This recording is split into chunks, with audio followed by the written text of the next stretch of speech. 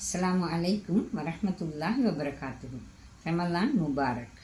சூரா முஸம்மில் 4வது வசனம். வரத்திலில் குர்ஆன தர்த்தீலா.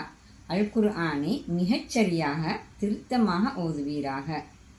அதன் அடிப்படையில் இன்ஷா அல்லாஹ் நாங்கள் அல் குர்ஆனை இந்த நோன்பு காலத்தில் முதலாவதாக மஹ்ரஜ், அதாவது எழுத்து உச்சரிப்புகள் எவ்வாறு சரியாக உச்சரிக்கப்பட வேண்டும், அவ்வாறு உச்சரிக்கப்படாத போது என்ன தவறுகள் என்ன பிழைகள் ஏற்படுகின்றன என்பதனையும் அதனைத் தொடர்ந்து தஜ்வீத் சட்டங்களையும் இன்ஷா அல்லாஹ் கவனித்து வருவோம். முதலாவதாக சிறிய சூறாக்களில் ஒரு சில சொற்களை கவனிப்போம். ஏற்கனவே நான் இதனை குறிப்பிட்டிருக்கின்றேன், அதனையே தற்போதும் இங்கு அறிமுகப்படுத்துகின்றேன். உதாரணமாக சூரா இஹ்லாஸில் ஒரு சில சொற்களை கவனிப்போம். உதாரணமாக குல் ஹுவல்லாஹு அஹத் என்று ஆரம்பிக்கும் அந்த சூரா. குல் ஹுவல்லாஹு அஹத். அல்லாஹ் கூறுகிறான், நபியே கூறுவீராக அல்லாஹ் ஒருவன். இதனை நாங்கள் காஃப் சரியாக உச்சரிக்கப்பட வேண்டும். 2 நோக்கத்தாக்கள் வந்த காஃப் குல் என உச்சரிக்கப்பட வேண்டும். அப்போது கூறுவீராக என்ற கருத்து சரியாக வரும். அல்லாத போது சாதாரண காஃப் குல் ஹுவல்லாஹு அஹத் என்று சொல்லுவோமாக இருந்தால் அந்த இடத்தில் அல்லாஹ் கூறுகின்றான், நபியே சாப்பிடுவீராக அல்லாஹ் ஒருவன் என்று. ஒரே ஒரு எழுத்து, அதனால் கருத்து பெரிய அளவில் மாறுபடுகின்றது என்பது உங்களுக்கு விளங்கியிருக்கும். இந்த இடத்தில் நீங்கள் தஜ்வீதை கவனிக்க வேண்டியதில்லை, மஹ்ரஜை மட்டும், அதாவது எழுத்துச்சரிப்பை மட்டும் கவனியுங்கள். அந்த இடத்தில் காஃப் சரியாக உச்சரிக்கப்பட்டால் மாத்திரம் அதன் பொருள் சரியாக அமையும். இது அல்லாஹ்வின் வசனங்கள், எனவே நாங்கள் அதில் எந்த மாற்றங்களும் செய்யக்கூடாது. எனவே தெரியாமல் செய்ததை அல்லாஹ் மன்னிப்பான். அதனை தெரிந்து கொள்வதற்கு முயற்சிக்க வேண்டும். நாங்கள் தொழுகையில் அல்லாஹ்வின் முன்னிலையில் நின்று ஓதுகின்றோம், நபியே அல்லாஹ் ஒருவன் என்று கூறுவீராக என்பதற்கு பதிலாக நபியே சாப்பிடுவீராக அல்லாஹ் ஒருவன் என்று கருத்து மாறுபடும். அடுத்தது கவனியுங்கள், அதுவும் சிறியதொரு சூறா தான். இதா ஜாஅ நஸ்ருல்லாஹி வல் ஃபத். இந்த இடத்தில் சிவப்பு நிறத்தால் போட்டு காண்பிக்கப்பட்டிருப்பதுதான் அந்த எழுத்து.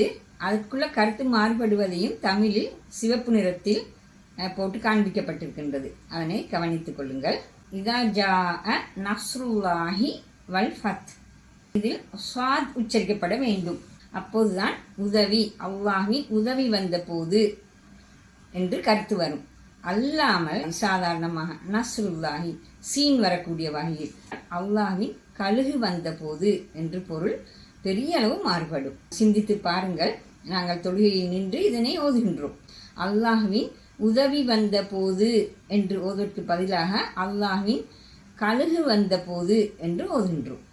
எனவே அந்த ஒரு எழுத்து மாற்றம் பெரியதொரு கருத்து மாற்றத்தை ஏற்படுத்துகின்றது. நீங்கள் கண்டிருப்பீர்கள், சரியான உச்சரிப்பு அல்லாமல் தற்போது கூறப்பட்டவாறு பிழையாகவும் உச்சரிப்பதை அவதானித்திருப்பீர்கள். நாங்கள் நிறைய அவதானித்திருக்கின்றோம். இதற்கு காரணம் இந்த மஹ்ரஜ் சரியாக உச்சரிக்கப்பட வேண்டும் என்ற அறிவு இல்லாமல் இருப்பது. அனைவரும் அல்ல, நிறைய பேர் என்றுதான் கூற வேண்டும்.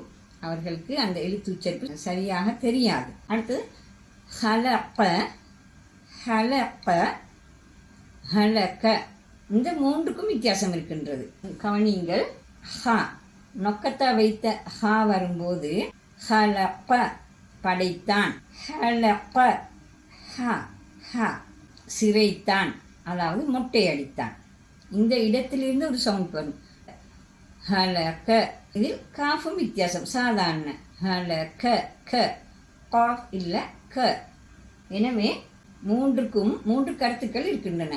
ஹலக படைத்தான், ஹலக சிரைத்தான், அதாவது மொட்டையடித்தான். ஹலக அழித்தான், இல்லாமல் செய்தான். ஹலக்ன சமாவாத்தி வல் அருள என்று ஆயத்துக்கள் வரும். அந்த இடத்தில் நாங்கள் ஹாவே உச்சரிக்கப்பட வேண்டும். இன்னும் நிறைய ஹலக, இக்ரா பிஸ்மி ரப்பிக்கல்லதி ஹலக் என பல இடங்களில் வரும். அந்த இடத்துல ஹா உச்சரிக்கப்பட வேண்டும். பொதுவாக இந்த ஹா எல்லாருக்கும் தெரியும், நோக்கத்தை வந்ததை ஹா என்று உச்சரிக்க வேண்டும் என்று. காஃபும் சரியாக உச்சரித்துக் கொள்ள வேண்டும். அல்லாஹ் வானங்களையும் பூமியையும் படைத்தான், சரியான பொருள் வருகின்றது. அதே இடத்தில் ஹலக என்று உச்சரித்தோமாக இருந்தால் அல்லாஹ் வானங்களையும் பூமியையும் சிரைத்தான், அதாவது மொட்டை அடித்தான் என்று பொருள் வரும். எவ்வளோ கருத்து மாற்றம் என்று பாருங்கள். தலைகீழான ஒரு கருத்து. அதே போல்தான் சரியாக உச்சரிப்பு தெரியாமல் ஹலக்க என்று ஓதுவோமாக இருந்தால் அல்லாஹ் வானங்களையும் பூமியையும் அழித்தான், இல்லாமல் செய்தான் என்று பொருள் வரும். எனவே மூன்று வித்தியாசமான கருத்துக்கள். அல்லாஹ் படைத்தான் என்பதற்கு பதிலாக நாங்கள் அல்லாஹ் சிறைத்தான், அல்லாஹ் அழித்தான் என்ற கருத்தை அந்த இடத்தில் சொல்லுவதாக இருக்கும். எனவே அது முரண்பட்ட கருத்து. சூரத்துல் அலக் முதலாவதாக இறங்கப்பட்ட சூரா. இக்ரா பிஸ்மி ரப்பிக்கல் லதீ ஹலக் ஹலக்கல் இன்சான மின் அலக் ஹலக்கல் இன்சான மின் அலக். இது படைத்த அல்லாஹ்வின் பெயரை கொண்டு வாசிப்பீராக. ஹலக சரியாக வர வேண்டும். படைத்த ஹ வர வேண்டிய இடத்தில் ஹ உச்சரிக்கப்படுமோமாக இருந்தால் சிறைத்த முட்டையடித்த அல்லாஹ்வின் பெயரை கொண்டு வாசிப்பீராக என்று வரும். அதேபோல் ஹலக்க என்று சாதாரணமாக வாய்க்கு வரும் போக்கில் ஓதினோமாக இருந்தால் உண்மை அழித்த இறைவனின் பெயரை கொண்டு வாசிப்பீராக என்று வரும். அல்லாஹ் பாதுகாக்க வேண்டும். சரியாக உச்சரிப்புகள் நாங்கள் பழகி அதனை சரியாக ஓதிக்கொள்வதற்கு கட்டாயமாக முயற்சிக்க வேண்டும் என்றால் இது அல் குர்ஆன். எனவே இதன் பெருமதியை நிறைய பேரும் உணர்வதில்லை என்றுதான் நான் நினைக்கின்றேன். தஜ்வீத் கிளாஸ் ஒன்று ஃப்ரீயாக வைப்போம் என்றால் கூட யாரும் வரமாட்டார்கள். ஆரம்பத்தில் செய்த வகுப்பில் ஒரு நபர் தான் கலந்து கொண்டார் என்றாலும் நான் முழுமையாக செய்து முடித்தேன். அந்த ஒரு நபரால் பலர் பிரயோசனம் அடையலாம், அவரது பிள்ளைகள் பிரயோசனம் அடையலாம். அல்லாஹ்விடமிருந்து நான் தப்பிக்கொண்டு விட்டேன். எனக்கு தெரிந்த விடயத்தை, எல்லாம் தெரியாது, தெரிந்த சில விடயங்களை அல் குர்ஆன் என்ற வகையில் மற்றவர்களுக்கும் கற்றுக் கொடுக்க வேண்டும் என்ற எனது ஆசையிலும் எனது கடமையிலும் நான் இதனை செய்ய முயற்சிக்கின்றேன். ஆனாலும் இதனை பலரும் உணர்வதில்லை என்றுதான் நான் நினைக்கின்றேன். இதன் பெருமதியை அல் குர்ஆன் என்றால் என்ன, நாங்கள் அதற்கு எந்தளவு முக்கியத்துவம் கொடுக்க வேண்டும். நோன்பு காலத்தில் நிறைய ஓதுகிறார்கள். ஒரு குர்ஆன், 2 குர்ஆன், 3 குர்ஆன் முடிக்கின்றார்கள். அதுவல்ல முக்கியம், சரியாக ஓதப்பட வேண்டும். நீங்கள் கவனித்திருப்பீர்கள். இதில் நாங்கள் தலைகீழாக சொற்களை மாற்றி மாற்றி ஓதிக்கொண்டு போவோமாக இருந்தால் அல்லாஹ் சொல்ல வருகின்ற விடயங்களை நாங்கள் மாற்றி மாற்றி எங்களை அறியாமலே பிழையான கருத்துக்களை புகுத்துகின்றோம். இதில் இருந்து உங்களுக்கு விளங்கும் கட்டாயமாக முக்கியமாக படிக்க வேண்டிய ஒரு விடயம் என்று. அடுத்ததாக அந்த ஆயத்தில் ஹலகல் இன்சான மின் அலக் ஐன் வர வேண்டும். அலக் அப்போதுதான் கருவறையில் ஒட்டி கொண்டிருக்கும் ஒரு பொருள் அலக். சில தர்ஜுமாக்களில் இரத்த கட்டி என்று மொழிபெயர்க்கப்பட்டிருக்கும். சரியான மொழிபெயர்ப்பு கருவறையில் ஒட்டி கொண்டிருக்கும் ஒரு பொருளை குறிப்பிடுகின்றது. அல்லம பில் கலம், அல்லம ஐன் கற்பித்தான். அல்லாஹ் பேனாவை கொண்டு கற்பித்தான், பலம் பேனை. அந்த இடத்தில் நாங்கள் ஐன் உச்சரிக்கப்படாமல் அல்லம பில் கலம் என்று ஒருவரும் இருக்கிறார்கள். ஐனுக்கு பதிலாக ஆ வருமாக உச்சரிப்போமாக இருந்தால் அல்லம பில் கலம், அல்லாஹ் பேனாவை கொண்டு நோவினை செய்தான். அல்லம நோவினை செய்தான்.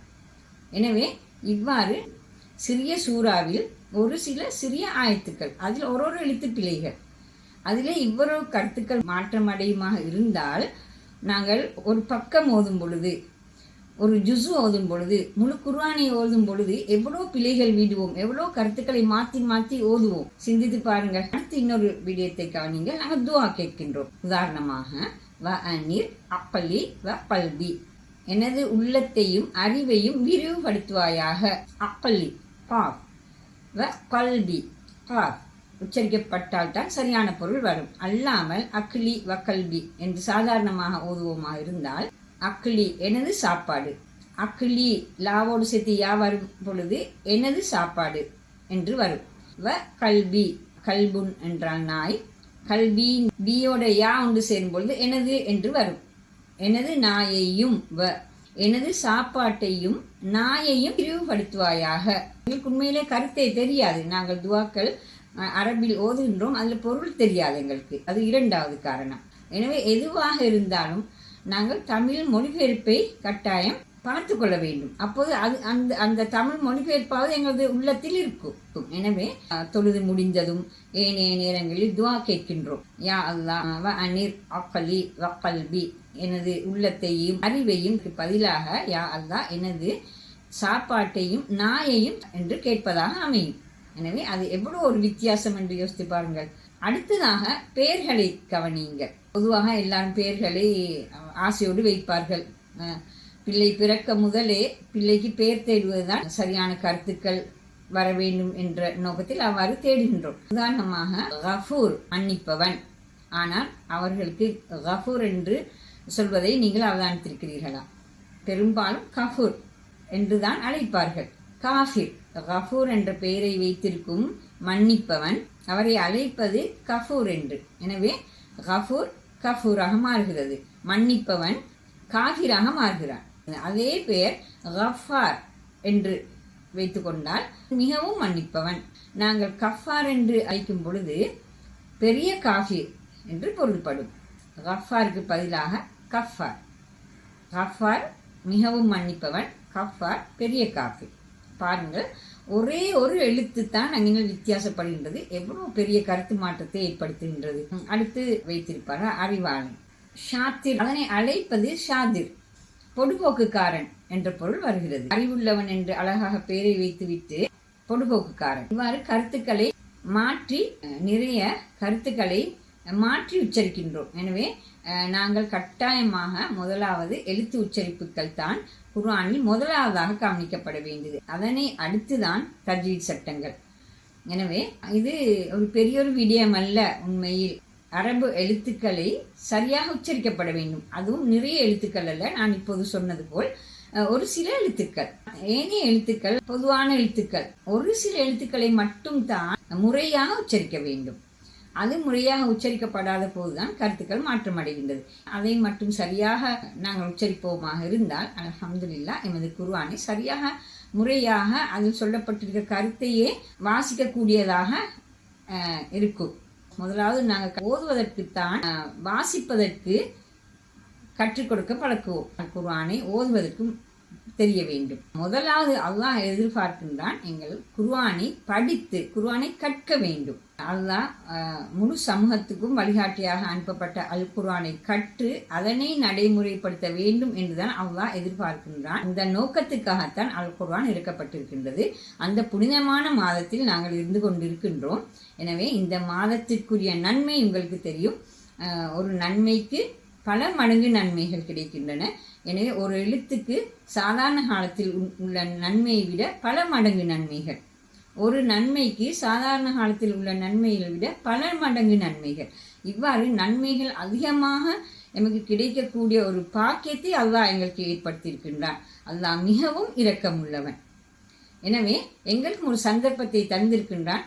பிழைகள், தவறுகள், பாவங்கள் செய்யக்கூடிய மனிதன் மீண்டு கொள்வதற்கு, ஒரு தக்வாதாரியாக ஆக வேண்டும் என்பதற்கு.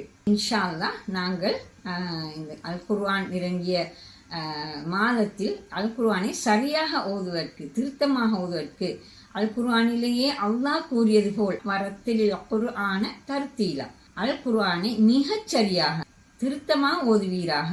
நாங்கள் மிகச்சரியாக ஓதுவதற்கு முயற்சிப்போம். சரியாக கூட ஓதாமல் பிழையாக ஓதுவதை விட்டு நாங்கள் மீறுவதற்கு முயற்சிப்போம் இன்ஷா அல்லாஹ். எமது முதலாவது வகுப்பில் இதனைத்தான் நான் சென்ற ஜூம் வகுப்பில் நடத்தினேன். இன்ஷா அல்லாஹ் அடுத்த வகுப்பு நாளை நடக்க இருக்கின்றது.